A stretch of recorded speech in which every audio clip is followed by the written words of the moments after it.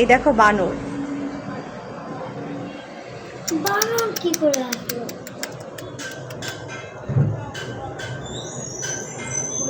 আয় আয় আয় আয় আয় আয় আয়।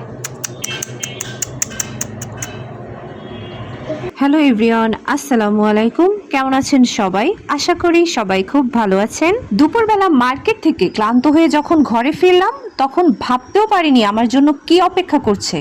দেখুন, হনুমান একদম আমার রুমের জানালার গ্রিল ধরে বসে আছে। প্রথম দেখায় আমি এতটাই চমকে গিয়েছিলাম যে কি করব বুঝতেই পারছিলাম না। তারপর আমি তাড়াহুড়ো করেই মোবাইলটা খুঁজে নিয়েই ভিডিও করা শুরু করলাম। প্রথমে তো আমি আমার মোবাইলটাও খুঁজে পাচ্ছিলাম না।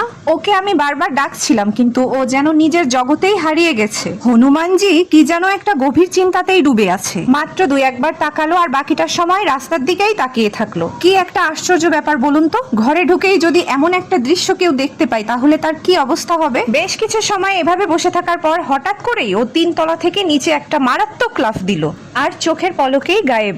আপনার কি কখনো এমন অভিজ্ঞতা হয়েছে? অবশ্যই কমেন্ট করে জানাবেন। ভিডিওটি ভালো লাগলে লাইক, কমেন্ট এবং শেয়ার করতে ভুলবেন না। আল্লাহ হাফেজ।